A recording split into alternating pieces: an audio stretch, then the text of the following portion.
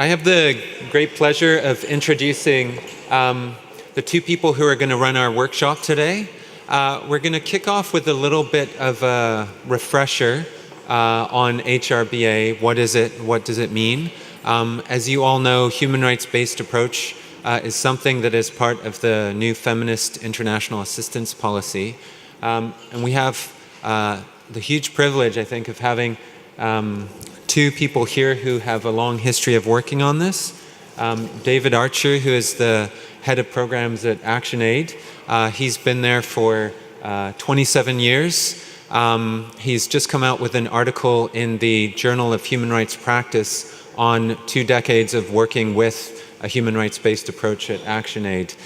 He also started off life as an educator and follows the education file. Vincenza is not dissimilar. I think she also started her life as an educator. She's been with Equitas, the International Institute for Human Rights Training, for almost 25 years as well, and she runs their international human rights training. And maybe a little plug for Equitas and cont'd and CCIC. We came together, I think it's 3 years ago or 4 years ago, and produced, we were forward-thinking. We knew that one day this moment would come. We produced a guide on integrating HRBA into your programming. And OCIC, is Kimberly here? Next week, Kimberly is running a workshop with Equitas on human rights-based approaches with members of OCIC. I think il y a 2 mois ou 1 mois, ACOSI ont fait la même chose. They ran a workshop on human rights-based approaches.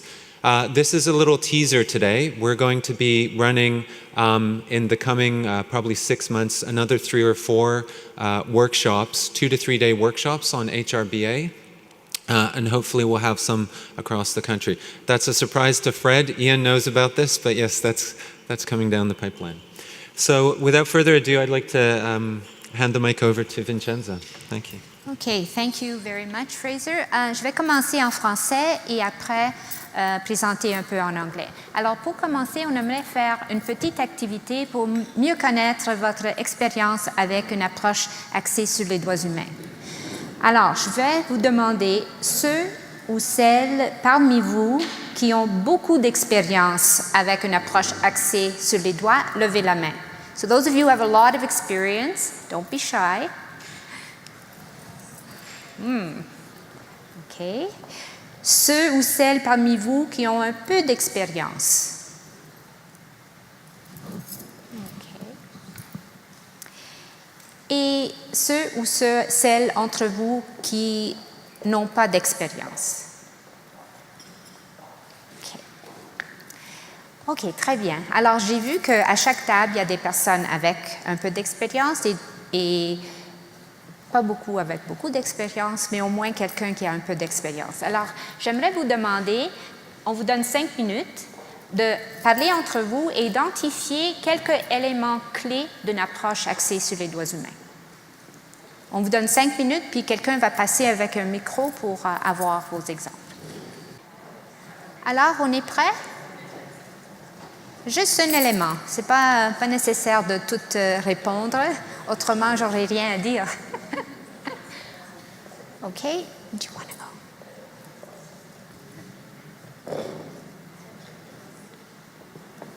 La table en arrière? Est-ce que quelqu'un est prêt à partager avec nous? Levez la main? Non? Alors, ici? Ici? Non. OK.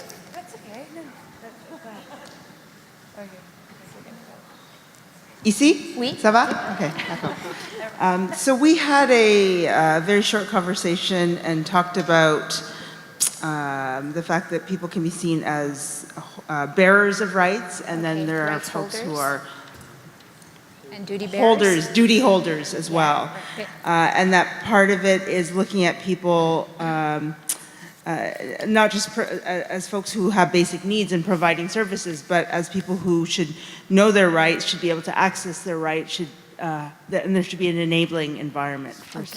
Thank you. And we have... There was more. Yeah, but just one. So we can't, if we say it all at the beginning, we're not giving a chance to others to... Oui?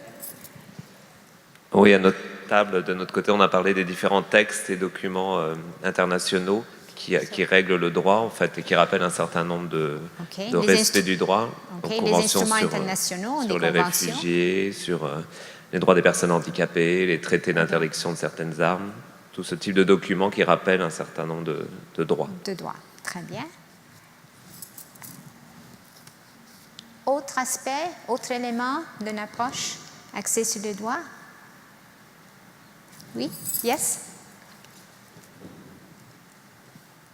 And I apologize because we were still talking when the first table went. So I hope I'm not repeating, but we talked about it's an approach that you take where you put the rights holder at the center and you recognize individuals as people that have rights. OK, thank you. Oui?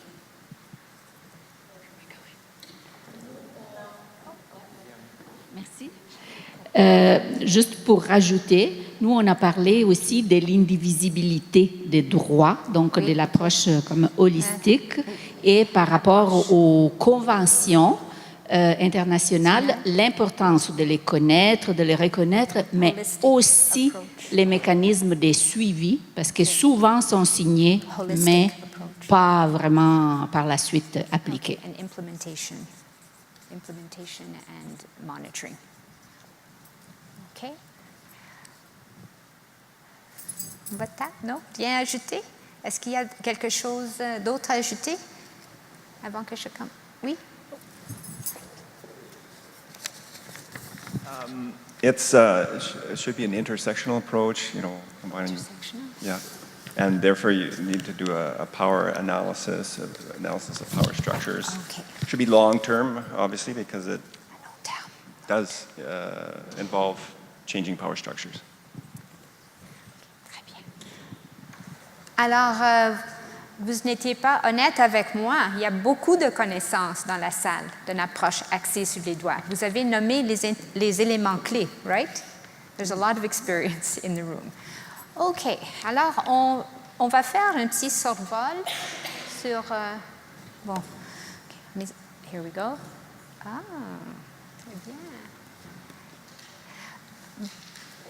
OK. Alors, je vais présenter en français la première partie, mais c'est en anglais. Je pense qu'ils ont des copies de la version en française pour les gens. Alors, je vais commencer avec une petite explication de c'est quoi une approche axée sur les droits humains. Je pense que les deux micros, il y a une interférence. Les éléments clés de l'approche, comment le mettre en œuvre. On va regarder un peu quelle est l'expérience des bailleurs de fonds, leur pratique, et dans le contexte canadien, comment ça se présente, l'approche axée sur les droits. On va parler de quelques défis et les opportunités potentielles.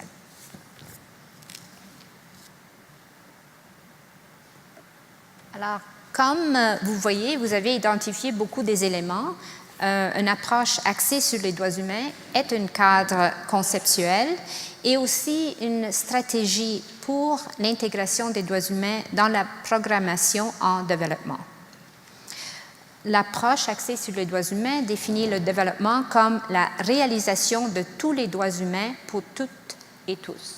Alors, ça, c'est quelque chose que vous avez dit déjà, et fixe la réalisation de tous les droits comme l'objectif à atteindre pour toutes les actions sociales.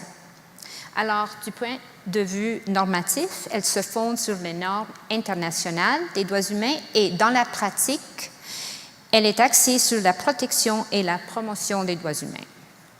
Comme vous avez dit, une approche axée sur les droits identifie les détenteurs et les personnes détenteurs et détentrices des droits humains et aussi les personnes responsables, the duty bearers, les détenteurs des obligations. Mais on sait aussi que chaque personne est une détenteur morale. Alors, tout le monde est responsable pour le respect des droits. L'approche est holistique, ça veut dire au global, et ça nous exige à regarder tout le milieu concerné, à prendre en compte à la fois tous les membres de la communauté, la famille, la société civile, les autorités locales et nationales. Et l'approche facilite une réponse intégrée aux problèmes de développement qui sont multifaceted. L'approche axée sur les droits humains considère le développement comme un développement humain et un développement socio-économique. Il met l'accent sur le processus. Le processus est si important que les résultats. Et comme on a dit, le processus est holistique, participatif et responsable. Et les éléments clés que vous avez identifiés, une des plus importantes, c'est la participation. Comme on a entendu dans la session plénière de ce matin, il faut que dans cette approche, dans le développement, on considère les plus défavorisés, les plus marginalisés, et une approche axée sur les droits nous permet de le faire. Il faut faire le lien direct avec les droits humains, comme on a vu.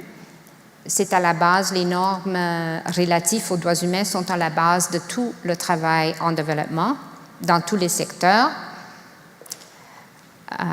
My favorite word, empowerment, autonomisation. L'approche axée sur les droits humains vise à développer auprès des détenteurs des droits la capacité, et ça c'est très important, la capacité et le pouvoir de revendiquer des droits humains, ainsi de tenir responsables des détenteurs des obligations. Et la non-discrimination et l'équité sont à la fondation d'une approche axée sur le droit. Il faut toujours nous poser la question, qui sont les personnes marginalisées à l'échelle locale? Et de ce point de vue, les participants sont donc vus comme davantage des détenteurs de droits au lieu de bénéficiaires de programmes. Alors, c'est une approche pas de charité, mais vraiment de empowerment. Okay, so now I'll switch to English. Now, there are many different processes that you'll find for implementing a human rights-based approach. And this is a simple 5-step process that we're sharing with you today. It involves doing a context analysis in human rights terms and with the participation of the beneficiaries. So really the idea is to identify what are the rights involved, what are the international standards, instruments, mechanisms at the national level and at the regional level and at the international level that are applicable. It's important to identify the rights holders and the duty bearers. How can we ensure that the poorest and the excluded and marginalized are given priority in our programming or are not forgotten? Which people or institutions are responsible for the realization of those rights? Who are the duty bearers?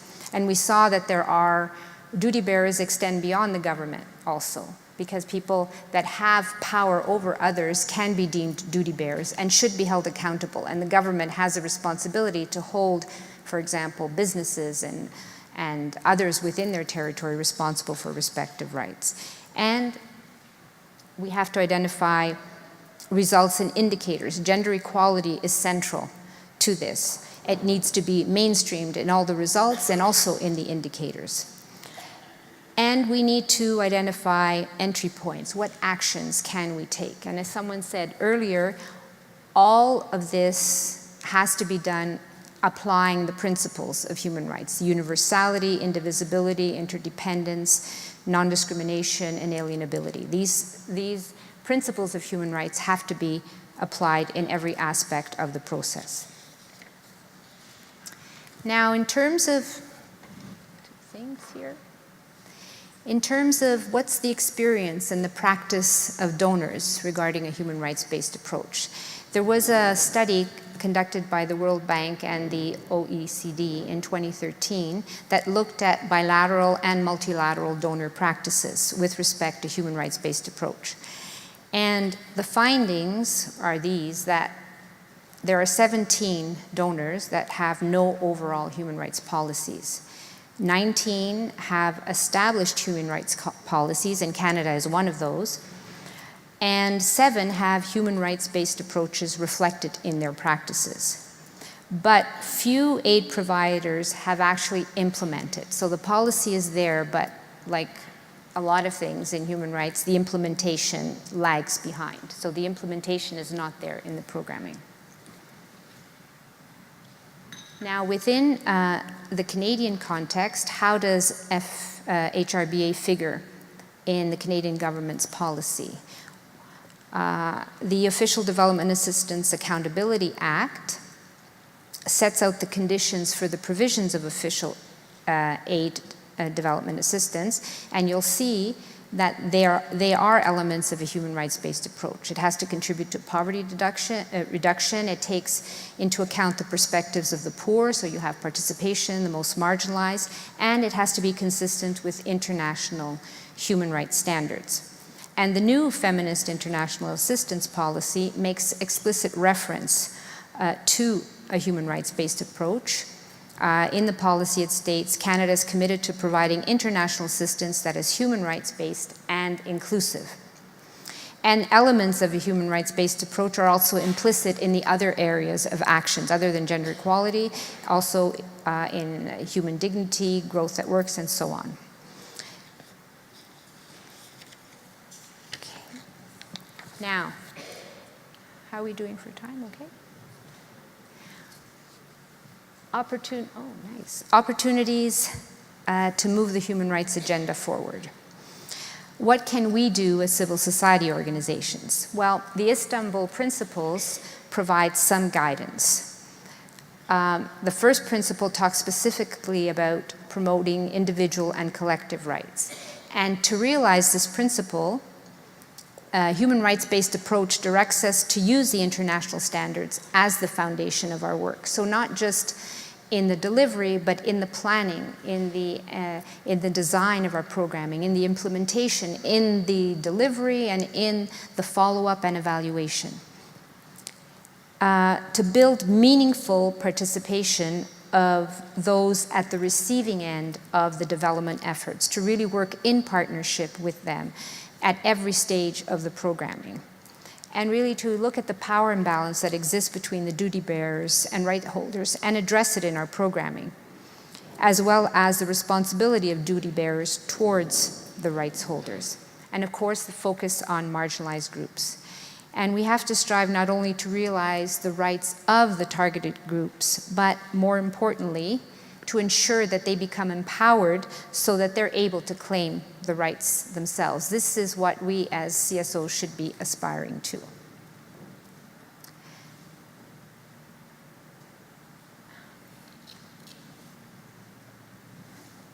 Now, the Sustainable Development Goals also provide an opportunity. The Agenda 2030 reaffirms the commitment to international law and emphasizes that the agenda has to be implemented in a manner that's consistent with rights and obligations of states under international law. So the SDGs and Canada's Feminist International Assistance Policy give us a platform to integrate a human rights-based approach into our programming. Now, obviously, it is not without challenges, and we heard many of these challenges in the earlier presentation.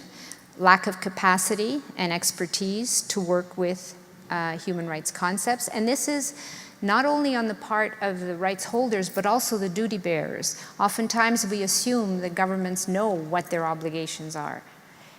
So they need to be part of our capacity building equation. There's lack of resources to support and to integrate a human rights-based approach into programming. We may encounter resistance from the target populations and their societies and governments.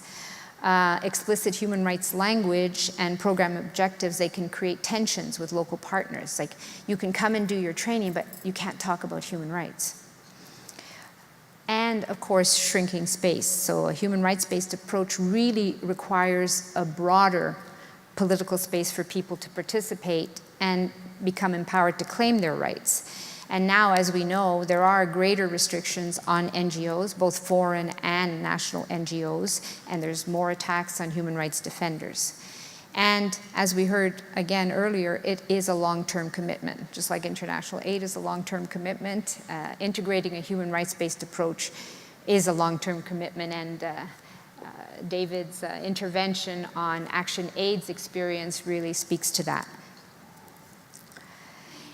And there are many things that get in the way, like, for example, changes in political leadership will affect the importance given to a human rights-based approach. So if we look at Canada's example, there were provisions for integrating human rights in the Act. However, it was really never addressed by our former government. So we have an opportunity. And one of the best opportunities is learning from each other, and I'll pass it over to David, who will talk about ActionAid's experience. Thank you. Thank you. So I was speaking yesterday a little bit about the feminist approach, which is something which ActionAid has integrated into its rights-based approach more recently. What I want to share today is a few critical reflections about the history of ActionAid's work with a rights-based approach, a human rights-based approach, which we first moved to back in 1998 in the strategy Fighting Poverty Together, which committed ActionAid specifically and explicitly to a rights-based approach. That has been consistently reinforced in strategies since then. And in 2015, we had 3 regional workshops, one in Lilongwe, one in Abuja, one in Bangkok, bringing together 31 countries where we work, colleagues from grassroots programs and national programs, to reflect on what the human rights-based approach meant in practice. And much of what I will say today is based on the critical learning that we gained from those experiences. Those experiences then fed into the new international strategy of ActionAid, Action for Global Justice, which really makes much more explicit the feminist approach. A couple of brief background things. First of all, that ActionAid's core theory of change, we try to sort of capture it in a single sentence. It focused really on the purposeful, that you will only achieve an end to poverty and injustice through purposeful individual and collective action, led by the active agency of people living in poverty. Without that sort of central active agency, which is a key ingredient of a rights-based approach, there will be challenges in bringing about sustainable change. But that active agency of people living in poverty needs to be backed up and supported by solidarity from others, from credible rights-based alternatives and campaigns that address the structural causes and consequences of poverty. I'm going to brush through these early slides a little bit because I want to get to the more significant critical learning. Just saying that we've articulated, I mean, every organization which takes a rights-based approach will articulate what it means in slightly different ways, and that's well and good. I think many of the elements that have come out here would be entirely consistent with what we would also articulate. But we've really built ours around 8 core principles. Firstly, this putting people living in poverty first and their active agency. Secondly, and absolutely critical for ActionAid, and this was picked up at the back, being willing to analyze and confront unequal power. Without talking about power and critically analyzing power, there will always be limitations. Thirdly, that we advance women's rights. If there is not progress in transforming the rights of women, then that process of change has not been secure or sufficient. And that's something which has run through ActionAid's work right the way back from 1998, where we've sort of had a standalone and mainstream priority for women's rights. Working in partnership becomes an important part of our rights-based approach, because otherwise you end up with a sort of ego, the arrogance that you think you're going to bring about change all on your own, when actually you only really bring about change by working in partnership and in coalitions and alliances with other actors, both at a local, national and international level. If you are serious about a rights-based approach, you need to be accountable and transparent yourself. You can't be demanding accountability from the government if your own practices are not transparent and accountable themselves. A key part of it is how we monitor and evaluate change to evidence the impact, and particularly a commitment to critically reflect, not to think that we have all of the answers, but to recognize that actually in practice we need to continue to learn and to critically reflect on our practice. The 7th element about linking work across levels, local, national, international, absolutely pivotal. With the rights-based approach, it can't be about isolated local action. It's about connecting that local action to action at a national and international level.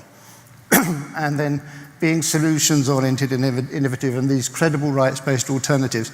I think there's a real tendency, I think, within the development industry to focus on fighting against poverty without being very clear what we're fighting for, and being able to articulate a positive direction, a sense of direction for change is hugely important. So in these 3 workshops, we drew on case studies from across our work. There were in fact 31 case studies in all. 16 of them were very detailed case studies which were presented, and then there were collective reflections on those. I'm just listing them here. I'm not going to run through them, but just list them to show you the diversity of the context in which we were working, and because that's a key part of what we wanted to do, work in very different contexts on different types of programs, applying a rights-based approach, and then look at what did we actually learn from that practice. So these are now the bits which I really wanted to focus on, which is about what did we learn. And we did find that a human rights-based approach is valid in all contexts. There's sometimes an assumption that a rights-based approach will only work where you've got a strong and accountable government and that you need to have a sort of well-organized civil society in order to secure this change.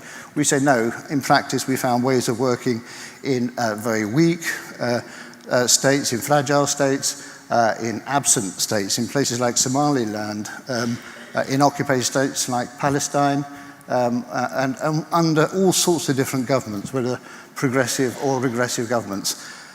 In fact, there's no permanently ideal context to work with rights-based approach, and no impossible contexts. And I think that that's quite important, because sometimes you think, oh, we can't use a rights-based approach in this context. It's okay over there, but it's not okay in this context. And we really wanted to challenge that, and the practice that we've heard from the different contexts where we're working really reinforced that very strongly.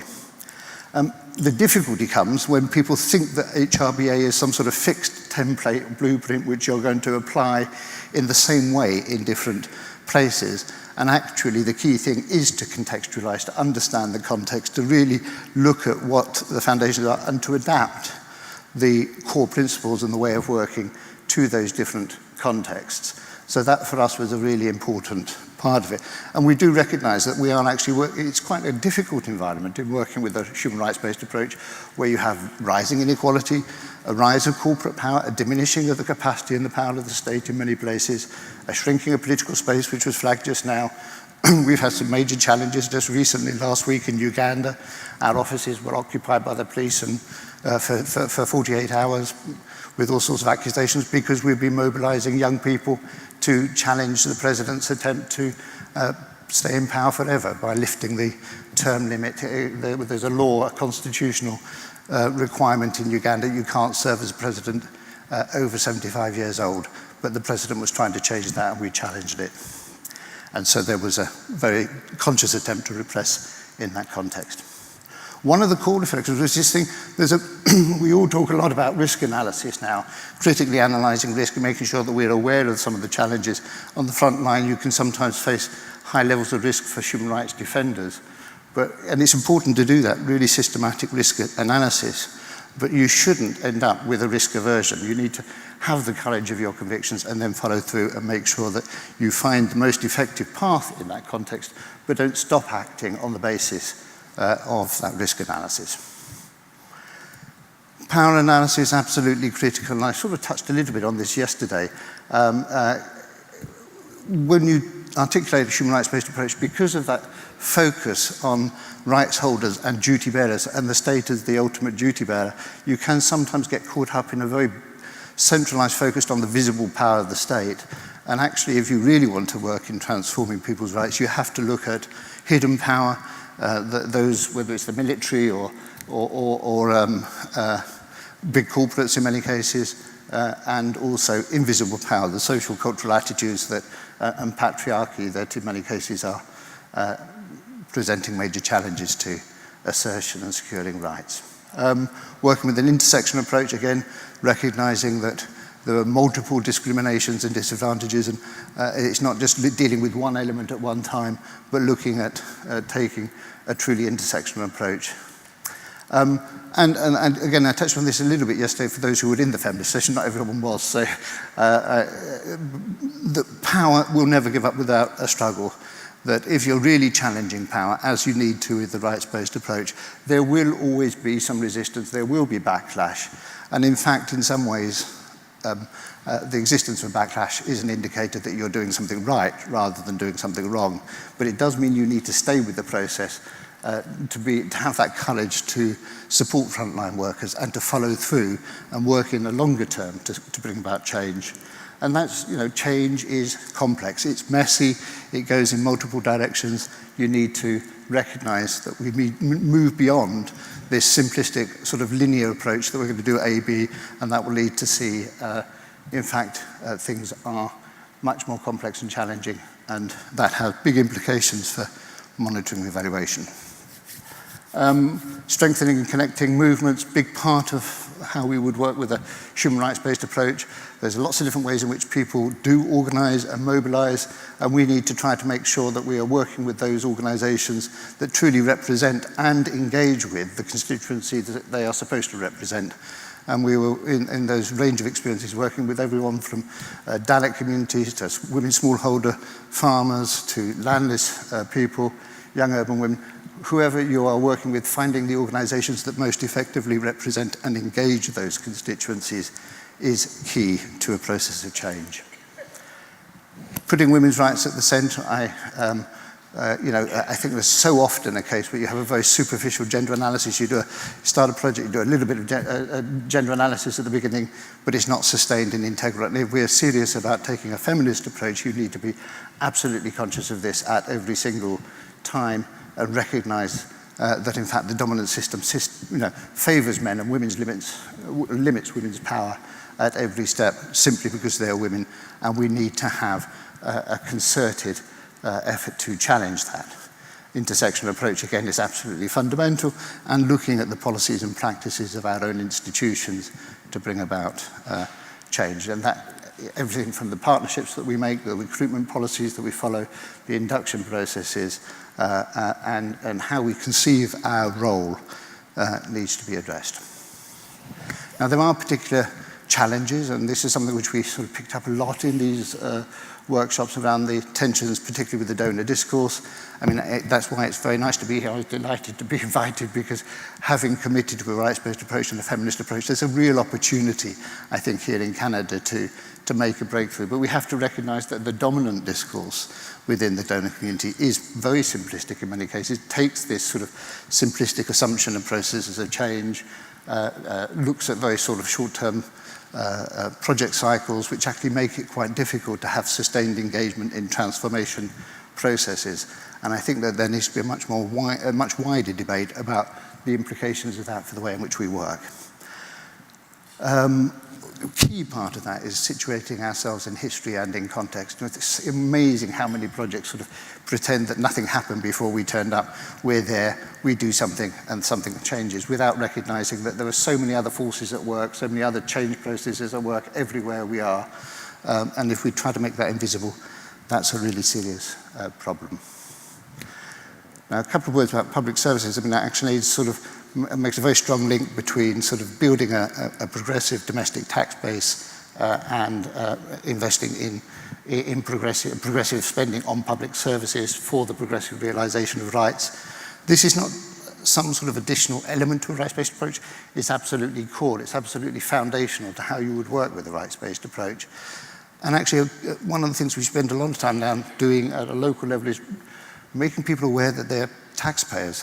In many, you might be a landless labourer, but you will be paying tax, often through VAT, which is the IMF's tax of choice. It's sort of invisible. People don't know it's being collected, but it's there. And even the poorest people are, in one way or another, taxpayers. And so they're paying for the services that are provided.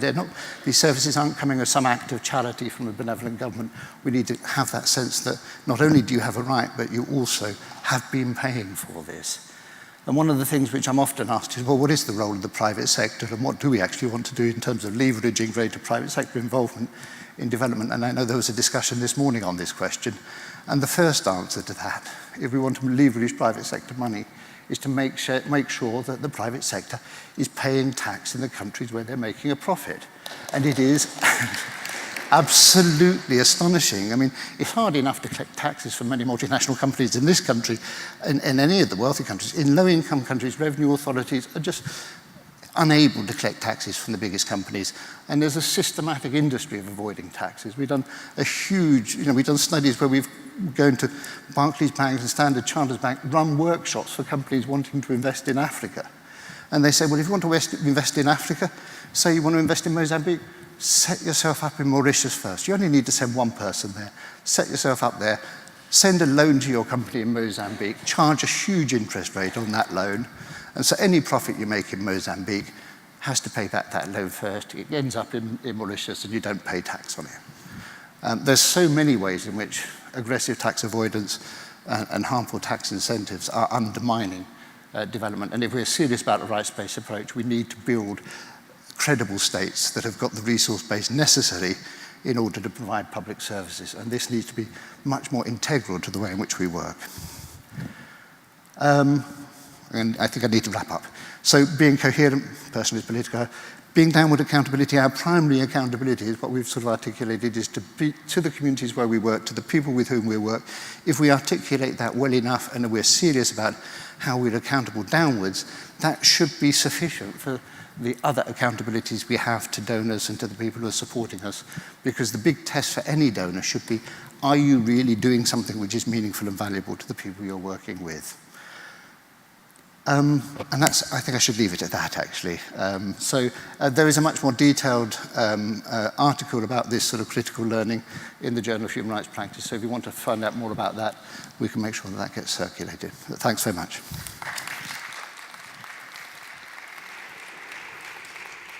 Thank you. I think that's really set us off well, given a good stage. We're on track for time, but just if there's any maybe quick questions of clarification, and then we're going to throw things over to you to have discussions at your table. So are there any questions of clarification either on what Vincenza or David have said? And again, they will be circulating. They're here till, I think, for the rest of the day. So, okay. Which button do I press? The green one? Okay. Oh. Okay. So we're going to have some group discussions with you at your own tables, and we'd like you to address 2 questions. Now, which color is for which? One color? We had this whole color scheme worked out, but what we're going to do instead is we want to collect eventually at the end the post-it notes. We'll put them up, and maybe if you can just mark L on the top for lessons learned and G for government, just so we can distinguish which you were suggesting. Okay, thank you. So the first question we'd like you to address is, what lessons have you learned in implementing a human rights-based approach? From the session, from your work, from others you've been working with. And the second question is, what would you like to flag to the Canadian government as they go about implementing a human rights-based approach? What recommendations would we have for government? Now, and then we'll have about 10 minutes to report back. So are we ready? Est-ce qu'on est prêt de partager? Yes?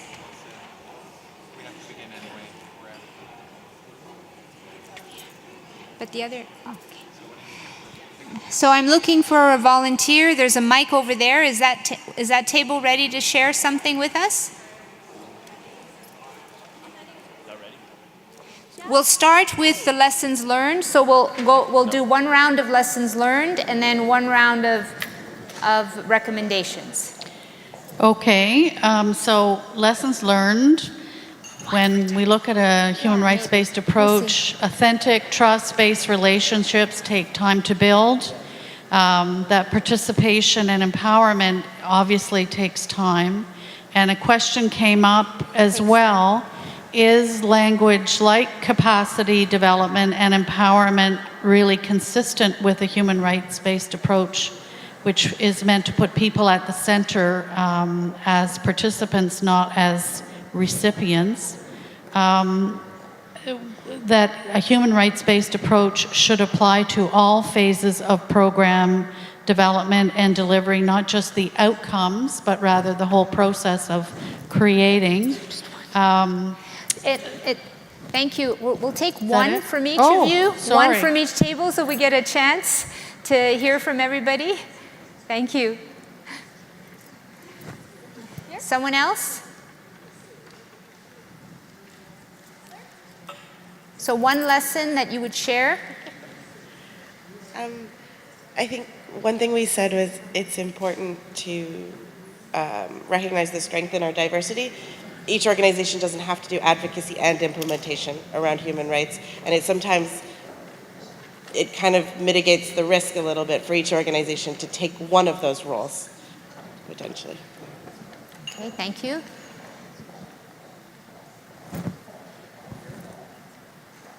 Over here.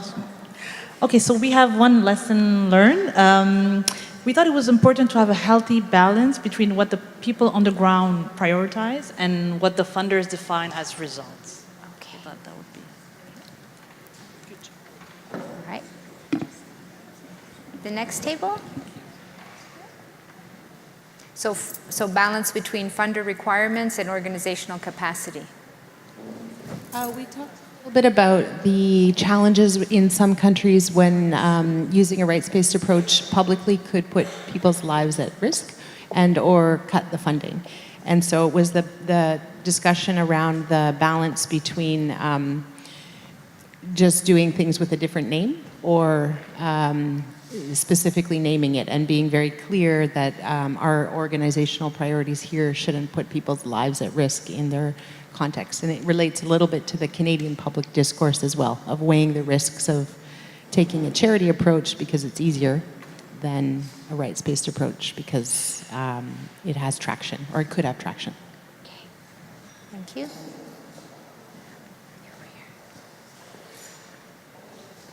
Can we go?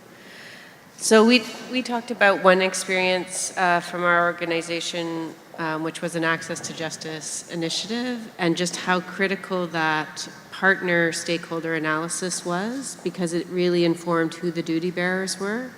And so from an implementation point of view, working with the traditional leaders ended up being really pivotal to us having any good outcomes. Okay. Thank you.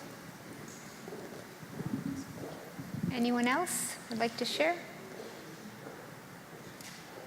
I was trying to figure one that hadn't already been touched on. I think one that a lot of us mentioned was the sort of importance of analyzing power dynamics at all levels when you're implementing using this approach, both the national level, but within the communities you're working, and also between your organization and the organizations you're collaborating with. Thank you. I think over there, table over there.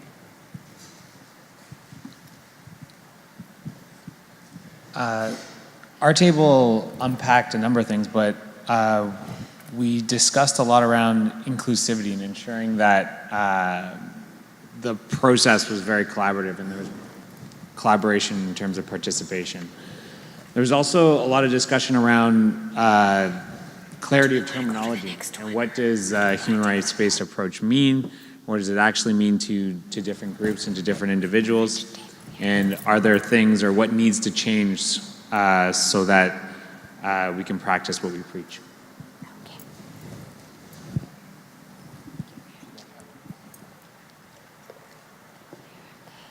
Un peu difficile de trouver juste une des choses qu'on a identifiées, mais entre autres, on a beaucoup parlé de l'importance de développer des partenariats puis des coalitions à plusieurs niveaux. Donc, d'une part, d'aller chercher des expertises à divers niveaux pour être capable d'avoir cette approche holistique, justement, pour vraiment être capable d'adresser les causes sous-jacentes à ces injustices-là. Mais de l'importance de regarder aussi puis de puiser dans les coalitions qu'on peut avoir au niveau international et puis du poids que ça peut apporter au niveau des luttes. Puis on a aussi eu des super bons exemples au niveau des coalitions régionales aussi qui sont tout aussi importantes. Donc j'imagine, la leçon prise, c'est vraiment le développement de partenariats.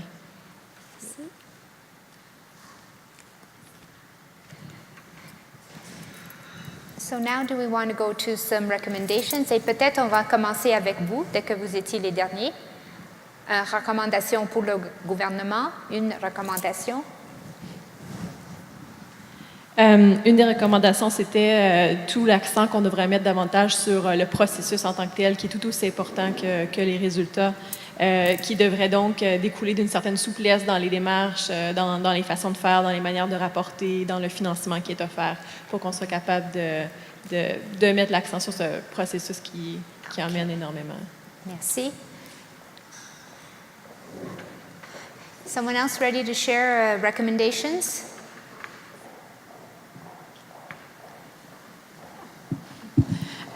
So our recommendation is that all mechanisms at Global Affairs become geared towards the rights-based approach. So how they go about funding, how they go about engaging with folks. It means being present, it means being inclusive. So there should be harmony between how they behave as an institution and what they're trying to achieve and what they fund. So they should be rights-based as well.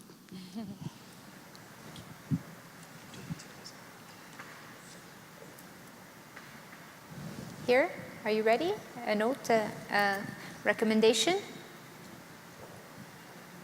So we identified several recommendations to allow longer-term projects, longer commitment, but also to be more flexible to respond to emerging issues. Okay. Over there, do we have a recommendation from you, your table? So we were talking in a context where citizens or community members knew their rights, but they were operating in a context where there were non-state actors for which they couldn't influence. And so we were struggling with, so what's our recommendation to the government? But fortunately, David came to our table. So really, he shared with us, and we agree that strengthening the revenue authorities in those countries and their ability to tax and hold the companies operating in those countries accountable was going to be probably the most effective thing, and that we would recommend Canada's support for a UN tax body. Okay, UN tax policy. Anyone else? We also picked up on David's point on on the revenue issue, but I also wanted to reinforce the current project funding model does not really lend itself well to a human rights-based approach. Okay. Right.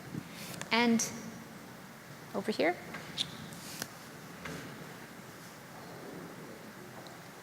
I think that's it. I think it's also important to acknowledge that there needs to be a greater tolerance for risk.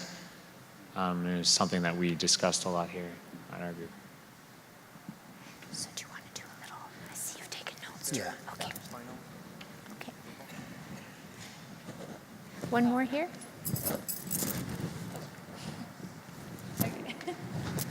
We talked a bit about disassociating humanitarian imperative, human rights imperative, from geopolitical interest.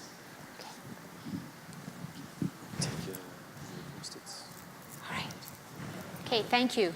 Oh, one more. Sorry, one more. Yeah, we touched on many of the others that the others have, but one that came up that I haven't heard is the need for global affairs or development policy to have a greater understanding and acceptance of the work for collective rights. There seems to be kind of a small L liberal emphasis on individual rights, and in much of the HRBA approach, there needs to be a stronger emphasis on collective rights.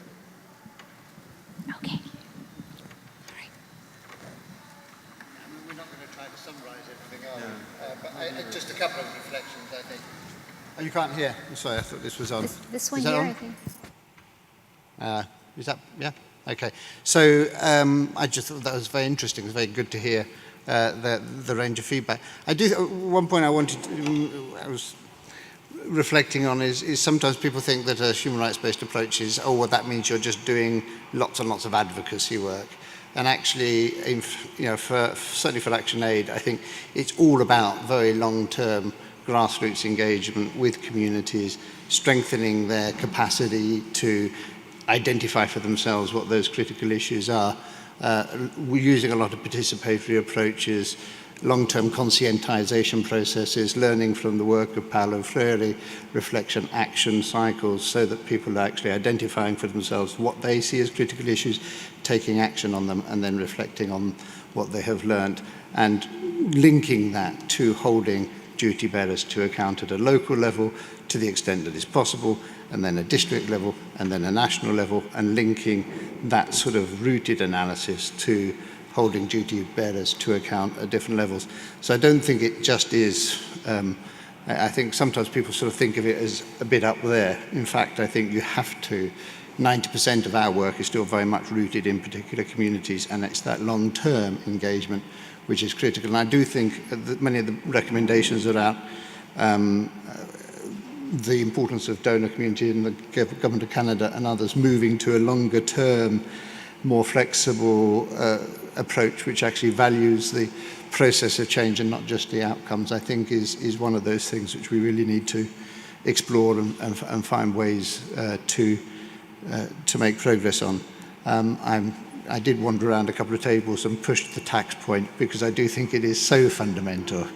So apologies for slightly influencing the process, but it is for me, you know, if we don't have progress on the capacity of governments to strengthen their own tax base, the whole of our work is going to just continue indefinitely. It's only when governments can start to finance their own development through long-term, through having a sustainable tax base, that will make a difference. And that does mean we need to pay more attention to their capacity to do that. And anything that the Government of Canada can do to strengthen revenue authorities and to support global action for tax justice, I think that could be truly transformative, something which we should be supporting as much as we can. And if we're going to build that, we need to build a civil society movement. And it can't just be the tax experts over here. So there's some brilliant tax experts out there, but they're often quite geeky and a bit detached. We need to link them to movements which are, you know, defending public services, movements for education, movements for health, and link that sort of tax and public services together, because that's how you're going to build the sort of movement of change that is necessary. I'll leave it at that. Thanks. So thank you. As I always say, tax is not a four-letter word, so I don't know why it's treated like one. Thank you very much, David and Vincenza. Before you wrap up, I just wanted to identify Jennifer and Megan, if you can maybe raise your hands. They're two Global Affairs Canada officials who are working incredibly hard to develop Global Affairs Canada's HRBA. So if you have any questions for them, they're right there. Very open. Yep, we've outed you. They're very open. We've had some great discussions so far with them, and I think they're moving in a really good direction on that. I want to remind people, if you have the app, to go, I think you go top left-hand corner, you go to schedule, and then you pick the session you were in. It allows you to rate it, so please do that before. And please join me in thanking David and Vincenza for a great workshop. We'll be running more of them. Kimberly is another person, raise your hand. She's doing one at OCIC, I think, next week, so go and talk to her if you want to get in on that. But thank you so much, David and Vincenza.